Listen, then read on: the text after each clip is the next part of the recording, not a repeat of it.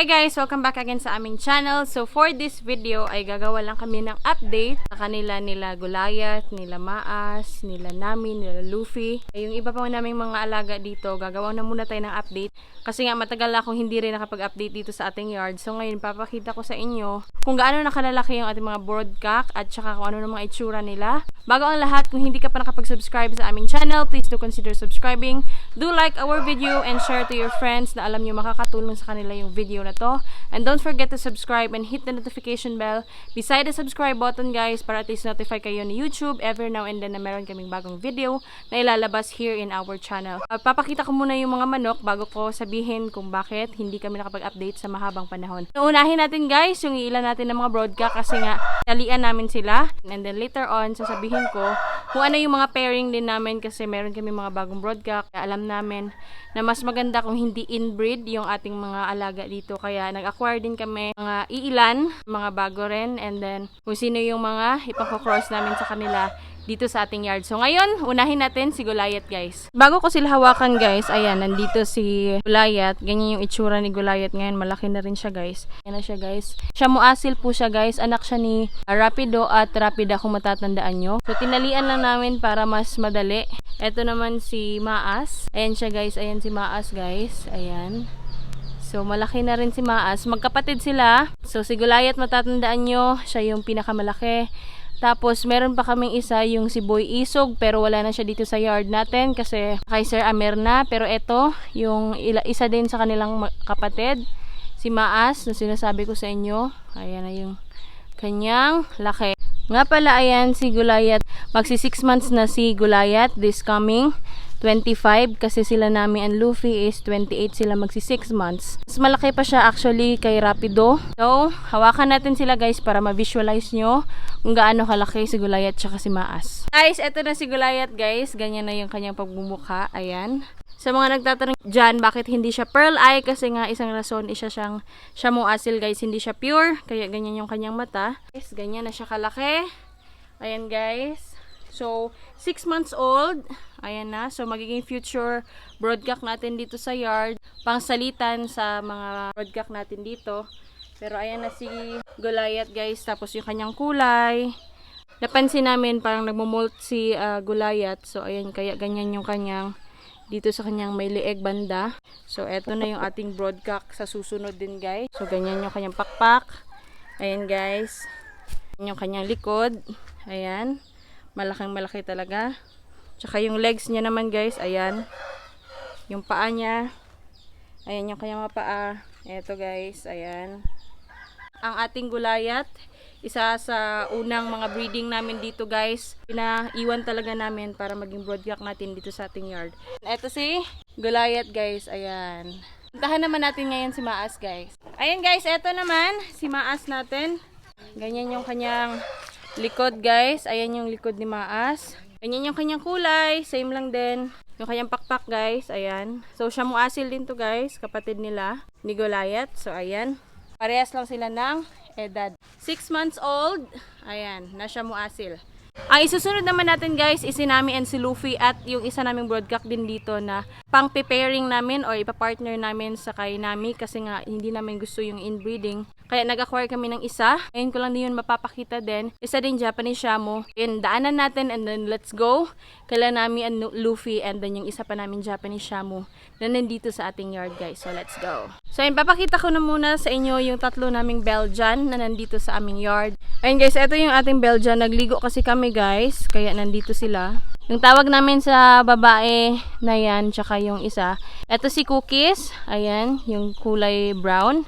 At saka yun naman si Cream. So, Cookies and Cream ang dalawang pulat natin. And then yung isa, wala pa kaming name. So, comment down below guys kung ano yung gusto nyo ipangalan sa ating Belgian na lalaki. So, ayan. And meron naman din tayo dito. Ito, mga maliliit, pangkak fighting to guys. So, maliliit kasi nga intended for cockfighting. So, ayun guys, punta tayo doon kina Nami at saka kay Luffy para makita nyo na kung ano na yung mga itsura nila ngayon. So ayan guys, nagligo din kami ng mga natives kasi nga magpapalabas na kami ng mga natives. Since nung nakaraang buwan hindi kami nagbreeding guys. So sasabihin ko yung rason later. last part ng video na to. So ayun, nagligo lang kami. Update ko lang kayo dyan sa mga native na yan.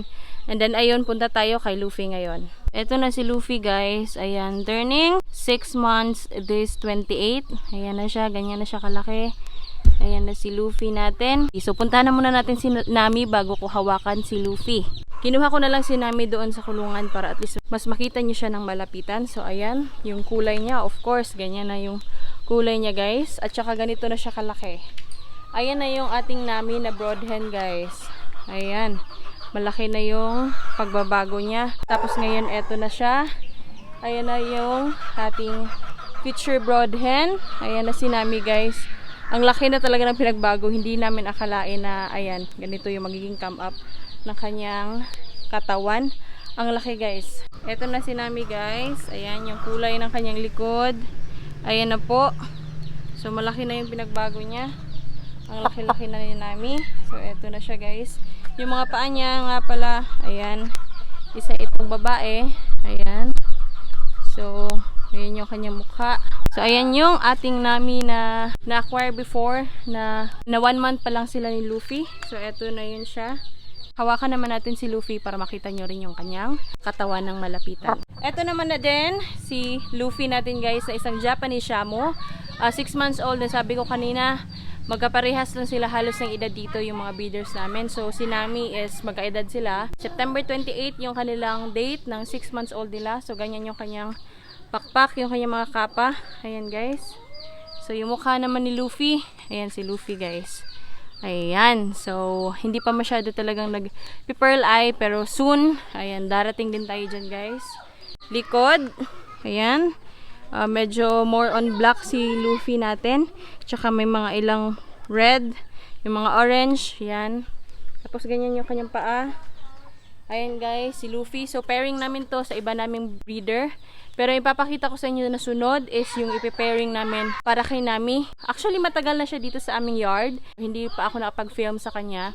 So ngayon nakita ko sa inyo yung broodcock na yon, yung sino, yung aming ipi-pairing kay Nami para hindi maging inbreed yung ating mga alaga dito sa ating yard. Pero ayan, ito na yung feature broodcock din natin. Ayan guys, yung kanyang ulo. Ayan, si Luffy. So ngayon, tingnan natin yung isa nating broodcock na Japanese Shamo na ipi-pairing natin kay Nami. Napakilala ko nga pala sa inyo. Ayan si Rukawa. Isa ding Japanese Shamo na Hotako. Hotako yung kanyang linyada guys. Ayan yung kanyang mata.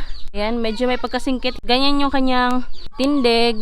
Ayan yung kanyang parang kapa o yung kanyang wings. So hahawakan din natin si Rukawa guys, Rukawa Kaide. So guys, eto na ating bagong broodcock or ipe-pairing namin kay Nami para hindi ma-inbreed yung ating mga alaga dito. So ayan guys, eto na si Rukawa Kaide.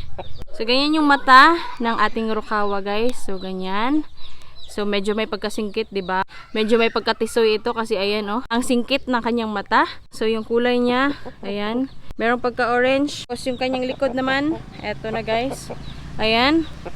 So ganyan yung kanyang kulay. Yung kanyang paa guys, ayan, ang lalaki 'di ba? So isa itong Hotako na Japanese Shamo. Hotako yung kanyang linyada. So ganyan yung kanyang dibdib. Ayan guys. Makikita nyo yung kanyang kapa. So upwing masyado guys, ayan. So ayan si Rukawa. Gusto niya ata magsalita sa inyo. Ayan. See? Say hi to them, Rukawa. Okay, hindi niya gusto. Ito na yung ating pairing namin kay Nami para hindi nga sila inbreed, para mas maganda yung resulta ng ating mga alaga dito. So meron pa rin ako isa pang papakita rin. Yung isa din na UG line naman, Japanese Shamo pa rin. Pero hindi ko siya mahawakan guys, sinasabi ko na agad sa inyo to. Kasi nga nasa yard lang siya or naka-range lang siya. Medyo mailap nga siya guys kasi medyo hindi namin nahawak-hawakan. Kaya ayun, medyo naging mailap na siya. Pero sa susunod, papakita ko sa inyo yung malapitan talaga. Pero sa ngayon, titingnan na muna natin siya ng malayuan para at least makita nyo rin siya kung gaano rin siya kalaki. Pero eto na yung ating future na pang pairing kay Nami, isa ding Japanese Shamo. Ayan guys. So ayan guys, yung kanyang beak is small tapos broad siya masyado. So ayan yung ating pang pairing kay Nami sa susunod. So ayan. Dito ko kayo kung makapag-pairing na tayo sa kanila. Hopefully, this last quarter, ngayon na taon, makapag-pairing na tayo sa kanila. Kung Ayan kung ano ibibigay nila sa ating mga offspring. So ayun, tingnan na muna natin yung ating isang EUG dito sa ating yard. Ito nga pala si Rukawa, bako kung makalimutan. Nag 6 months na siya pala actually, noong 16. Ayan, medyo matanda lang to ng ilang days. Pero halos magkasing edad lang yung kanilang mga buwan. Ayan. So Japanese Shamo EUG line. So black talisay. Future broadcock din natin to. And then meron pa tayong mga ilang mga sisiw din na na-acquire sa iba't ibang breeders. At makukuha natin yon hopefully soon. Ayan. Papakita namin yan sa inyo sa susunod kasi wala pa dito sa yard.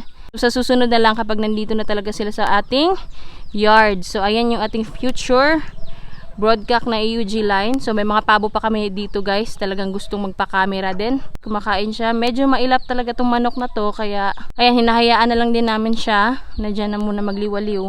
Para at least makakain siya kung ano yung mga gusto niya guys. Kasi nga, alam naman natin iba talaga kapag naka-range yung ating mga manok. Kasi even yung mga grass, kinakain nila. Yung mga ilang mga worms, ayun, nagbibigay ng mga sustansya din sa kanila. So ayan. And then, ayun yung ating video today. So short update na din pala sa ating mga alaga doon sa ating kulungan. Medyo konti lang yung mga sisiw natin. Yung dito naman, pabo tong dito guys. Ayan naman yung dito guys, mga pabo. Tapos yung dito naman yung mga ilang sisiw na natira from the last nakaraang buwan pa, last July, kasi ayun na nga, nagkaroon kami ng problema dito sa aming yard. So ngayon, sasabihin ko sa inyo guys kung bakit konti lang yung ating mga alaga dito sa yard this month. Ayun guys, tapos na tayo nag-tour or nag-update sa ating mga broadcock dito or sa mga ating materials, future materials natin. Sasabihin ko naman sa inyo is kung bakit medyo kaunti lang yung ating mga sisiw na na-produce ngayon. Hindi kami nakapag-film kasi nga tinamaan din kami ng sakit dito. Ayun, nagka-problema kami. Ang daming lagas ng aming mga sisiw guys. Hindi ko lang film kasi medyo disappointing masyado for me. Pero yun yung nangyari guys. Last month, yung mga papisa namin is halos lahat sa kanila namatay. Tapos even yung mga pure din namin guys, nagkaroon din kami ng problema kasi nga pasukan din siguro kami ng sakit. This breeding season, nagpagawa nga kami ng brooder. Nakita nyo naman sa aking nakaraang video, nauna lang yon. Pero ayun yung nangyari guys, nagkaroon kami ng maraming lagas talaga dito sa aming yard. Last month, ay ang daming lagas din. The following month, hindi na kami nag-breed aming mga natives ng mga Shamo. Gusto din namin mapahinga yung aming lupa or yung kanilang pinaglilibutan. Kasi nga, baka meron ng mga iba't ibang bacteria na nakapasok or nandito na sa ating range. Kasi, mahigit 1 taon na rin kami dito. Tapos, di-disinfect naman kami. Ayun, hindi talaga may iwasan guys, lalo na kapag may mga sakit na talaga yung mga manok mo. Eh, ganun na talaga nangyayari. Parang nagkakahawaan sila and then later on, nadadamay na yung iba.